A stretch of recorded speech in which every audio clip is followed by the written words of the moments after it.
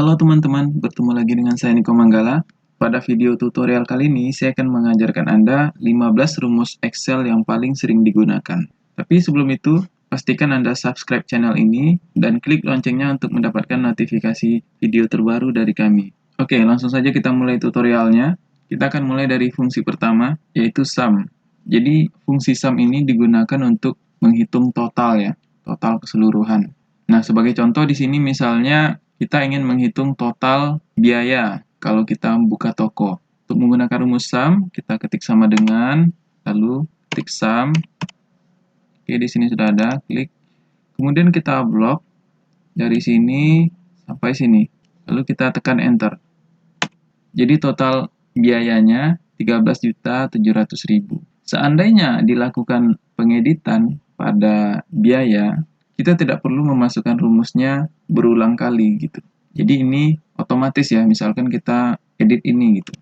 Misalnya kita ubah sewa tokonya menjadi 3.500.000 misalnya. Maka secara otomatis totalnya juga akan berubah dengan sendirinya. Selanjutnya fungsi yang kedua, count ya. Kita akan langsung praktekkan. Count ini adalah fungsi Excel yang digunakan untuk menghitung jumlah item gitu. Misalkan kita ingin menghitung berapa item pengeluaran toko gitu. Nah, untuk menghitung count ini, caranya klik di sini sama dengan count, lalu kita blok dari sini sampai sini, lalu tekan enter. Nah, jadi banyak itemnya ada 7 ya. Selanjutnya, fungsi yang ketiga, average atau rata-rata. Jadi, average ini digunakan untuk menghitung nilai rata-rata. Di sini sudah ada contoh tabel mahasiswa ya. Kita akan menghitung nilai rata-rata dari mahasiswa yang ada dalam tabel ini. Caranya, klik di sini sama dengan, kemudian average, lalu kita blok dari sini sampai sini. Kemudian kita tekan enter. Jadi rata-ratanya 73,57143 ya. Jika kita bulatkan 73,57. Jadi sama seperti rumus sum tadi, seandainya ada data yang kita ubah, kita tidak perlu memasukkan rumusnya berulang kali gitu. Sebagai contoh misalnya kita ubah nilai ini menjadi 80 misalnya. Itu rata-ratanya akan otomatis berubah. Kemudian fungsi yang keempat yaitu max dan min. Max itu digunakan untuk menghitung nilai tertinggi dan min digunakan untuk menghitung nilai terendah. Sebagai contoh misalnya di sini kita ingin tahu berapa nilai tertinggi dari mahasiswa yang ada di tabel ini. Caranya kita masukkan di sini sama dengan max. Lalu kita blok dari sini sampai sini. Lalu kita tekan enter. Jadi nilai tertinggi pada tabel ini adalah 90. Kemudian nilai terendah kita ketik sama dengan min. Lalu kita blok ya, seperti tadi. Lalu enter. Nah, di situ kita dapatkan nilai terendahnya 60. Kemudian fungsi yang kelima, if ya. Nah, jadi if ini digunakan untuk menghitung nilai yang ada kondisi tertentu. Sebagai contoh misalnya kita ingin tahu predikat dari nilai mahasiswa. Di sini ada kondisi jika lebih dari 85 itu predikatnya A. Kemudian kurang dari sama dengan 85 predikatnya B dan seterusnya. Nah, untuk mendapatkan hasil untuk predikat mahasiswa ini, kita perlu menggunakan rumus if. Caranya, klik di sini sama dengan if, buka kurung, kemudian kita blok sel yang akan kita hitung predikatnya ya. Kita blok nilai yang akan kita hitung predikatnya. Kita masukkan dari kondisi yang paling rendah. Di sini 55. Kurang dari sama dengan 55, titik koma, lalu tanda petik, E, kemudian tanda petik lagi, kemudian kita ketik if lagi, buka kurung, lalu klik lagi sel yang tadi, lalu kurang dari sama dengan 65, titik koma, tanda petik D, titik koma, lalu if lagi, buka kurung, kurang dari sama dengan 75, titik koma, tanda petik lagi, C, tanda petik lagi, titik koma, if, buka kurung, lalu kita klik lagi selnya, kurang dari sama dengan 85, titik koma, tanda petik B, lalu tanda petik lagi, kemudian titik koma, dan terakhir kita tidak perlu lagi masukkan if, lalu langsung saja tanda petik A ya. Di sini buka kurungnya ada 4, kita tutup lagi kurungnya sebanyak 4 kali, 2, 3, 4. Oke, lalu kita tekan enter. Nah, di situ kita sudah mendapatkan predikatnya ya. Kita tinggal copy ke bawah dengan drag ya, tarik ke bawah. Jadi sangat mudah ya. Kemudian fungsi yang keenam, SUMIF. Jadi SUMIF ini digunakan untuk menghitung total tapi dengan kondisi tertentu. Nah, sebagai contoh misalnya di sini ada tabel mahasiswa.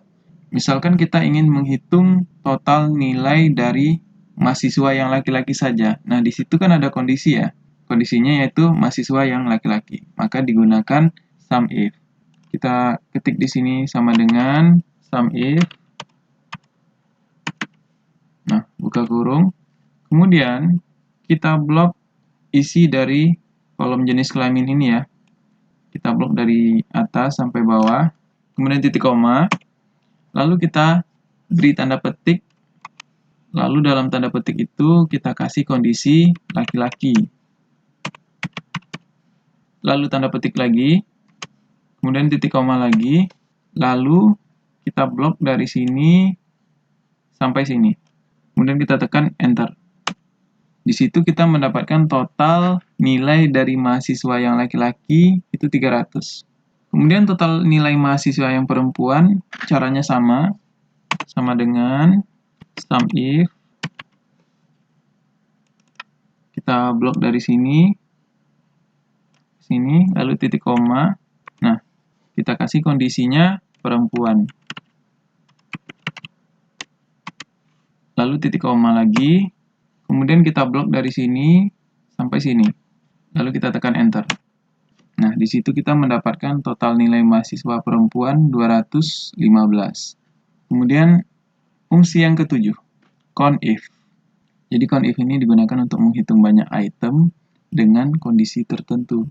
Sebagai contoh misalnya di sini sudah ada tabel mahasiswa. Kita akan menghitung banyak item mahasiswa yang laki-laki. Caranya masukkan di sini sama dengan CONIF. Lalu kita blok dari sini sampai sini, titik koma. Lalu kita masukkan kondisi yang di sini, yaitu laki-laki. Tanda petik lagi ya. Lalu tekan enter. Nah, jadi banyak mahasiswa yang laki-laki ada 4 orang. Mahasiswa perempuan caranya juga sama, hanya kondisinya saja yang kita bedakan. Sama dengan CONIF. Kita blok dari sini sampai sini. Kemudian titik koma, tanda petik, kondisinya di sini perempuan ya. Lalu tekan enter. Nah, mungkin ada pertanyaan, apakah kondisi ini harus sesuai huruf kapitalnya dengan di tabel? Nggak harus ya, misalnya kita ganti dengan huruf kecil ini juga bisa. Jadi huruf kapital tidak mempengaruhi rumusnya ya, yang penting sesuai gitu. Misalnya kalau laki-laki kita tulis laki-laki. Jadi kalau ingin cepat abaikan saja huruf kapitalnya gitu. Kemudian fungsi yang ke-8 yaitu lookup dan lookup. Jadi beda antara lookup dan lookup itu adalah kalau lookup itu dia vertikal gitu, dan lookup itu horizontal. Sebagai contoh gini misalnya, di sini ada tabel kode nama barang harga satuan. Untuk mengetahui nama barang yang sesuai kode, kita akan menggunakan tabel bantu. Nah, di sini ada kode A, nama barangnya telur. Jadi bagaimana kita menerapkan isi yang ada di tabel bantu ini ke dalam tabel ini. Jadi kalau di sini A, seharusnya di sini nantinya telur gitu. Kalau di sini B, berarti di sini beras gitu. Nah, jadi data yang diambil dari tabel bantu ini atau data yang direfleksikan dari tabel bantu ini adalah data yang vertikal. Nah, kalau lookup ini kan tabel bantunya kan horizontal ya. Anda perhatikan ini kode, ini datanya horizontal gitu. Sedangkan ini vertikal. Oke, untuk lebih jelasnya saya akan langsung praktekkan aja ya. Klik pada sel ini, kemudian kita ketik sama dengan lookup. lalu kita klik sel untuk kode ini ya, lalu titik koma, kemudian kita blok dari sini sampai sini. Jadi yang kita blok itu isi tabelnya aja ya. Untuk header tabelnya kita tidak perlu memblok. Supaya nanti ketika di copy ke bawah datanya tidak berubah, supaya datanya tetap sesuai, kita perlu menambahkan $. Caranya dengan menekan F4. Kita arahkan dulu kursor ke sini, lalu tekan F4. Ini juga kita tekan F4, lalu titik koma lagi, lalu kita masukkan nomor kolomnya. Di sini kan nama barang kolom kedua ya, kode kolom pertama, nama barang kolom kedua, harga kolom ketiga, satuan kolom keempat. Karena yang akan kita hitung adalah nama barang pada tabel ini ya, maka nomor kolom yang kita isi adalah 2. Lalu titik koma lagi, lalu false ya. Nah, setelah itu kita tekan enter. Nah, Anda perhatikan di sini nama barangnya sudah terisi telur ya untuk kode A. Sesuai dengan nama barang yang ada di tabel bantu. Kodenya A berarti nama barangnya telur. Seandainya kita ubah kodenya menjadi B, nama barangnya akan berubah secara otomatis. Karena itu tadi kita sudah refleksikan menggunakan rumus lookup. Kemudian untuk kolom harga, kita tinggal copy paste rumus yang kita buat tadi. Pada kolom nama barang ya, kita copy paste.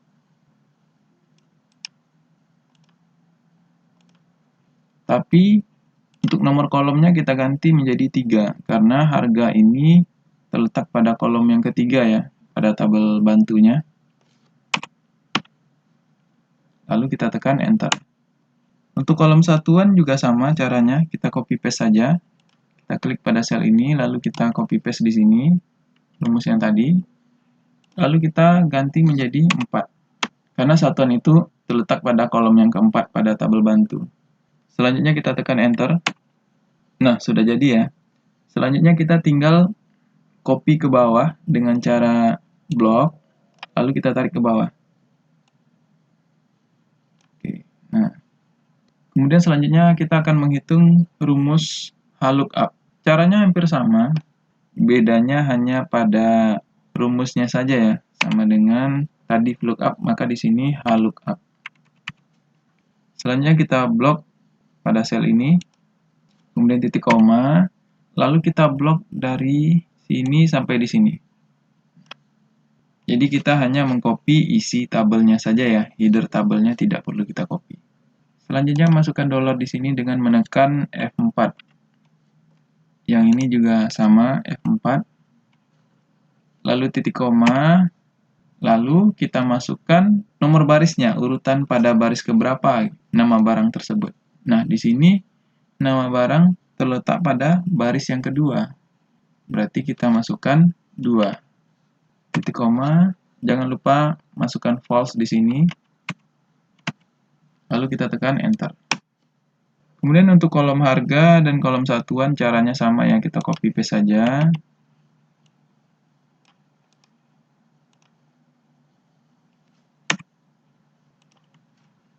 Nah, tapi di sini untuk nomor barisnya kita sesuaikan ya. Kalau harga terletak pada baris ketiga, maka kita ganti menjadi 3. Kemudian satuan juga sama, kita copy paste. Satuan terletak pada baris keempat. Enter.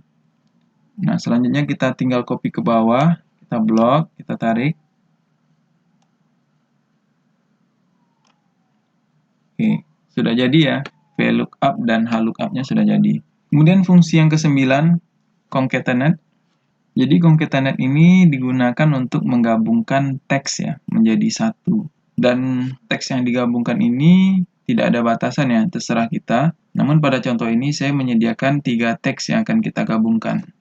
Untuk menggunakan rumus concatenate ini caranya ketik sama dengan concatenate. Selanjutnya kita klik pada teks pertama ya, sel untuk teks pertama, titik koma. Selanjutnya kita klik teks kedua, lalu titik koma lagi. Kemudian kita klik teks yang ketiga, lalu titik koma lagi, lalu tekan enter. Nah, di situ ketiga teks sudah bergabung ya dalam satu sel. jika Anda ingin menambahkan spasi, bisa dilakukan dengan menambahkan tanda petik ya. Kita akan tambahkan tanda petik di sini. Lalu kita tambahkan titik koma. Lalu di dalam tanda petiknya kita kasih spasi ya. Oke. Ini juga sama. Ini tanda petik, kemudian spasi, kemudian di sini titik koma lagi. Setelah itu kita tekan enter ya. Nah, di situ kan sudah ada spasinya ya. Kemudian fungsi yang ke-10, proper. Jadi proper ini fungsi yang digunakan untuk merubah huruf kapital di awal kata. Kita akan ubah Niko Manggala ini agar huruf awalnya huruf kapital. Jadi nantinya N dan M ini akan menjadi huruf kapital. Oke, kita ketik di sini sama dengan, lalu proper. Kemudian kita klik sel yang akan kita ubah huruf kapitalnya, lalu tekan enter. Nah, terlihat di sini N-nya sudah berubah menjadi huruf kapital ya, dan M juga sudah berubah menjadi huruf kapital. Kemudian fungsi yang ke-11 yaitu upper. Jadi upper ini digunakan untuk merubah semua huruf menjadi kapital. Di sini ada contoh teks Niko ya. Kita akan ubah semua huruf ini menjadi kapital semua. Sama dengan upper, kita klik sel yang akan kita ubah huruf kapitalnya, lalu tekan enter. Nah, terlihat di sini hurufnya semua udah kapital ya. Kemudian fungsi yang ke-12 yaitu lower. Lower ini berfungsi untuk mengubah semua huruf menjadi huruf kecil ya.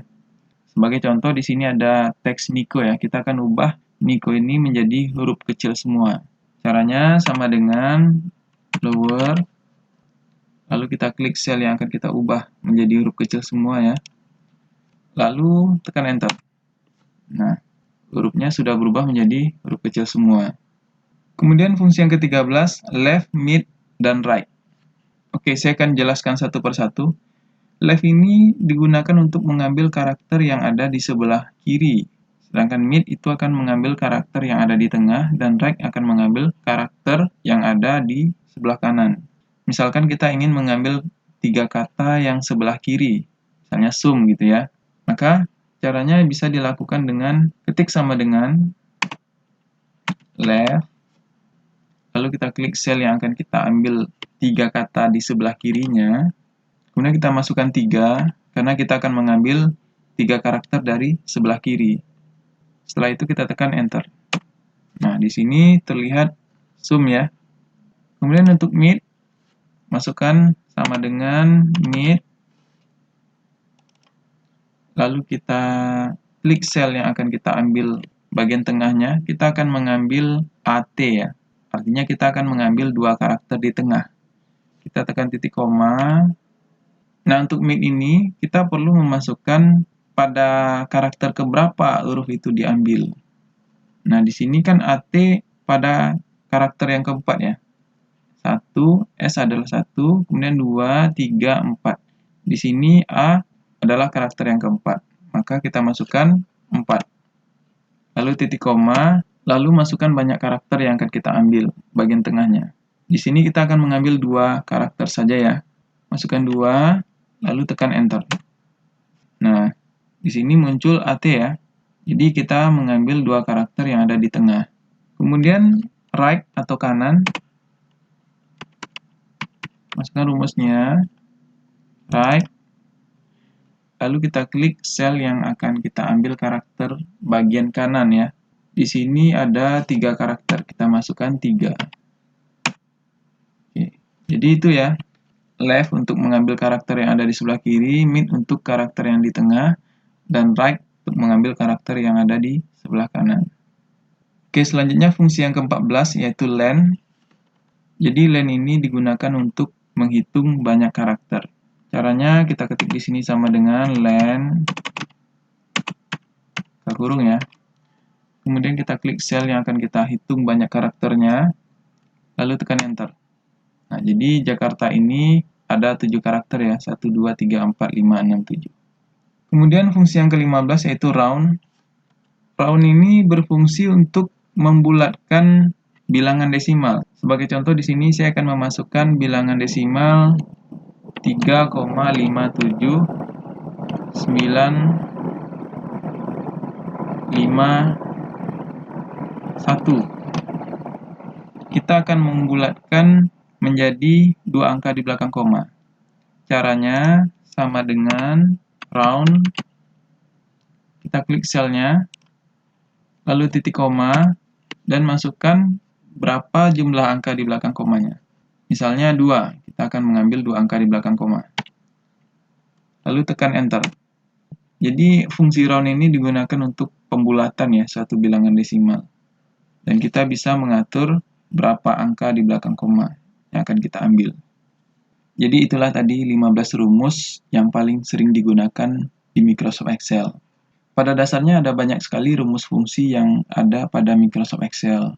Tapi rumus yang paling sering digunakan adalah 15 rumus yang dijelaskan di video tutorial ini gitu. Jadi silakan Anda pelajari, Anda praktekkan di komputer atau laptop Anda. Insya Allah itu akan bermanfaat.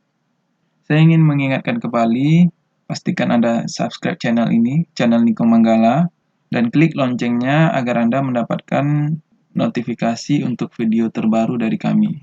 Semoga Allah melimpahkan rezeki yang melimpah kepada Anda dan selalu sehat. Saya Niko Manggala, terima kasih.